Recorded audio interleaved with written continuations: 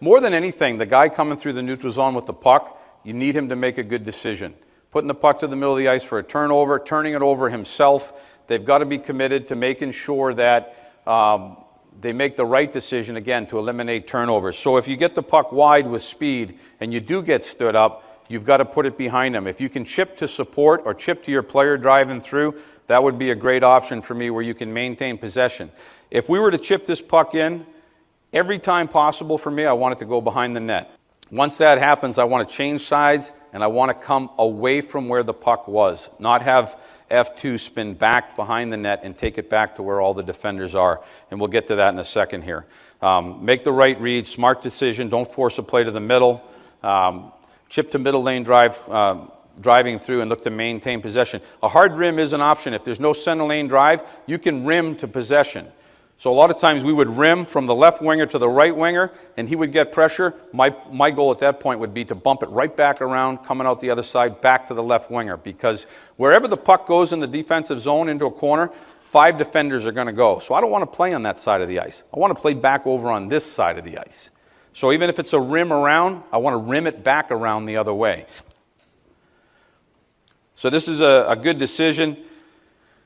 Our left winger, I think it's Colin Wilson, gets in trouble here. He's not going to, I don't want him to turn this puck over. He's not feeling comfortable about a play to the middle, and that's fine with me. So what he does is he lays it to an area, and as it comes in here, again, this kind of looks like my forecheck too, with 2 guys getting up the ice. But we could get here first, and it might be hard to see, but we push that. For me, it doesn't matter. It doesn't matter how it gets to the other side of the ice. You can kick it, you can poke it, you can use your elbow, get it to the other side of the ice, because that's the side that I want to play on. And as it comes out, as Craig Smith gets this puck, don't take it back into, what I was saying was don't take it back into here. Get this puck and come over into here and see what's up. Here's another one. You can see that our centerman is drive through. Even though he's on the weak side of the ice, if he takes hard strides from here and comes pounding through here, he can be the first guy on this puck. We are not comfortable making a play to the middle of the ice at this point. So he puts it in behind.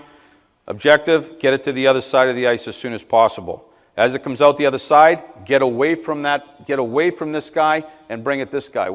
This guy was on this side of the ice. 1, 2, 3, 4 guys over here. I want to play over on this side of the ice. I want to use the points. So as I move on in this presentation, I want to go side to side as quick as possible. I want to go low to high as quick as possible. I don't want my players hanging on to the puck that much unless they feel like they need to, and they're using cutbacks and scissors and trying to create low cycle plays. Use the points right away. Again, I just like this. It was off of a soft chip, side to side, point shot, 1 chance. This number's at the net, it's a 2nd chance.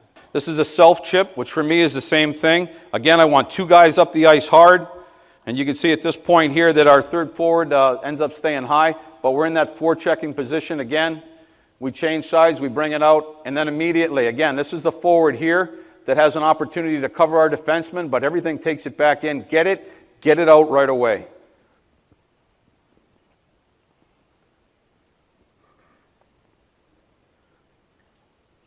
Good decision there to self-chip. So as it gets into this area in here, your second forward up the ice is going to have to realize whether or not it's a chip or whether or not it gets scrummed up in this area. We still have possession, but it didn't get moved, so he changes his route. Instead of coming this way, he gets in here. Anytime that there's battles in the offensive corners, I always say I want numbers on the puck. I never want to be looking at 2-on-1 their color, 3-on-1 their color. So I would want my guy to get on the inside of their players and make it a 2-on-1 in our favor. So right now we've just gone and outnumbered these guys and made it a quick 2-on-1. Again, so just to pound the identity, Colin Wilson picks this puck up and he pauses for a second. He gets it and he's thinking about, you can tell that he's thinking about coming this way, but look, count him up again. 1, 2, 3, 4, 5. Why do we want to come back out this way? And you'll have to work a year on this. You'll have to work every practice on getting your team to come out this side of the ice. But if you do, and this guy were to come across and he goes back to the net, you're going to get a scoring chance. So it comes back out. We end up using the D to D. Good tip, good redirect and tip in front. It's hard at any level to get through 5 guys. So for me, F1, recover the puck and look to change sides. This is a key here. Quick low to high puck movement, pass to either F3 or pass out to the defenseman. Low cycles where maybe this forward gets it, cuts back, F1 comes over and supports them, F3, so good cycles with F1 and F2. The last thing I put down on here is to shoot the puck at every option. If there's an opportunity with traffic at the net, that puck's got to be delivered to the net. And sometimes we wait, sometimes we look for a better option. Usually a shot with traffic means a rebound.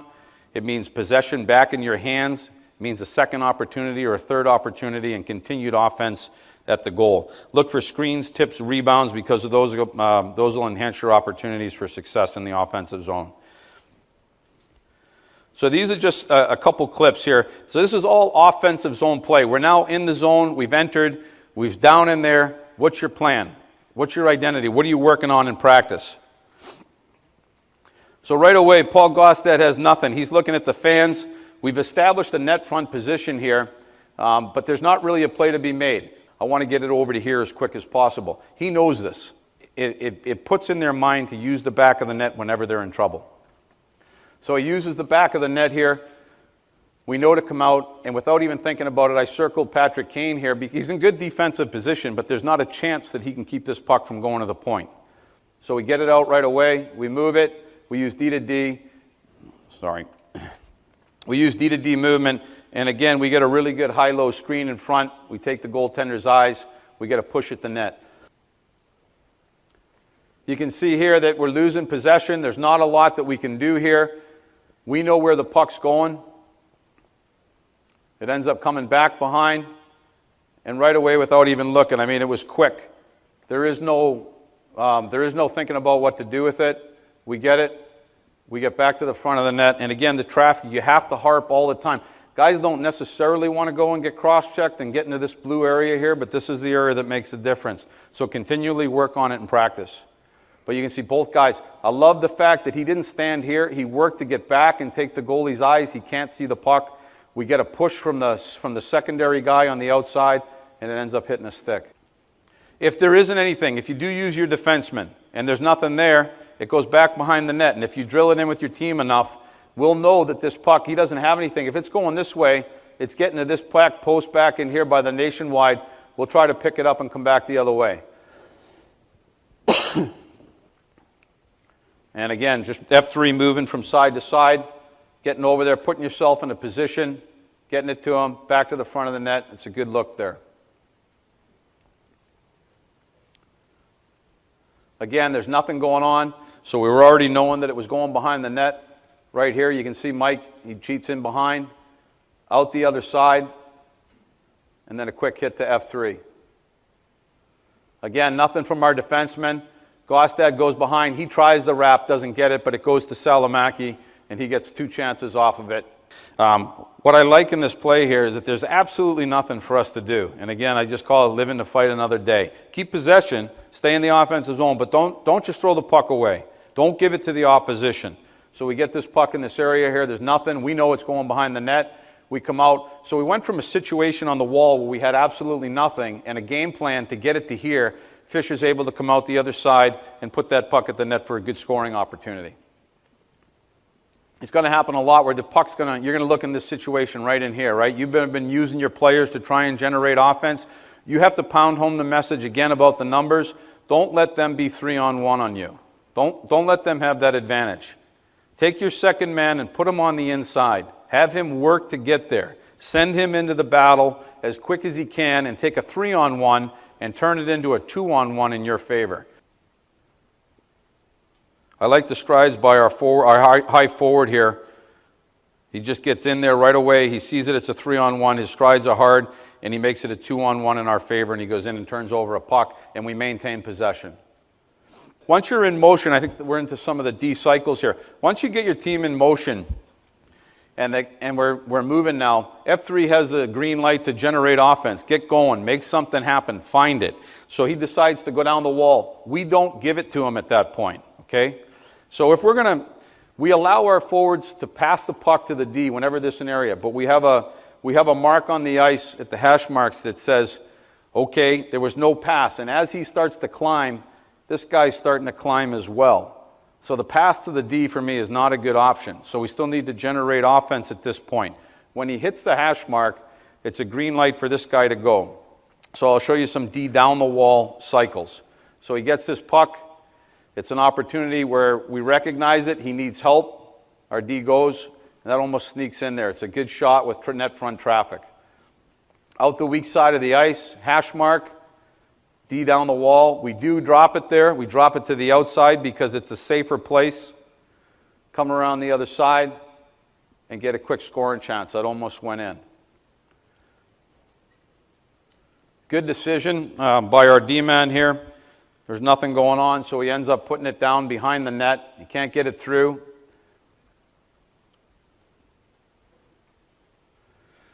You can see the D down the wall here. And just this D down the wall, anytime you get your D in motion here, don't look at our guys for a second. Look at what it does to the defense. Anytime you can get scissors going, where this guy's coming, you're not sure who handles it anymore. And I don't mind this either. We end up getting into a battle here. We send that second guy in. Again, I always like to cycle. I like to leave a wall open. So he comes over, he offers a pick. I'd rather see him do that than him come in head first on him and leave it with nowhere to go. He provides a little bit of a pick right there, and that's enough time to get it to the front of the net. And again, I just like the fact that we got 3 guys down in there inside the blue paint, and we're wrestling to try and find a rebound.